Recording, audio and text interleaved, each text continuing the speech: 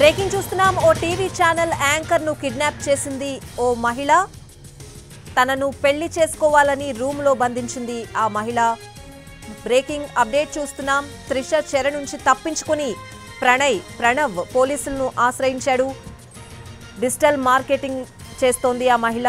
అయితే ఆ మహిళ ప్రణవ్ ని కిడ్నాప్ చేసి రూమ్ లో బంధించింది. త్రిష చెర నుంచి తప్పించుకుని పోలీసుల్ని ఆశ్రయించాడు ప్రణవ్.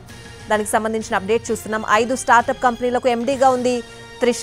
అయితే త్రిష అనే మహిళ ఓ టీవీ ఛానల్ యాంకర్ ను కిడ్నాప్ చేసింది. ఇదే అంశానికి సంబంధించిన పూర్తి అప్డేట్స్ అడిగి తెలుసుకుందాం. మా crime input editor Ramesh Vaitla phone line లో ఉన్నారు.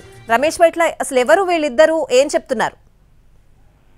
ఉప్పల్ పోలీస్ స్టేషన్ పరిధిలో ఒక సంచలన కేసు నమోదు కావడం జరిగింది. ఒక టీవీ ఛానల్లో యాంకర్ గా పనిచేస్తున్న ప్రణవ్ ని ఒక బిజినెస్ లేడీ కిడ్నాప్ చేయడం జరిగింది. అయితే ఆ బిజినెస్ లేడీ BharatMatrimony.com లో ప్రణవ్ ఫోటో చూసి ప్రణవ్ ఇష్టపడి ప్రణవ్ పెళ్లి చేసుకోవాలని ఆశపడింది.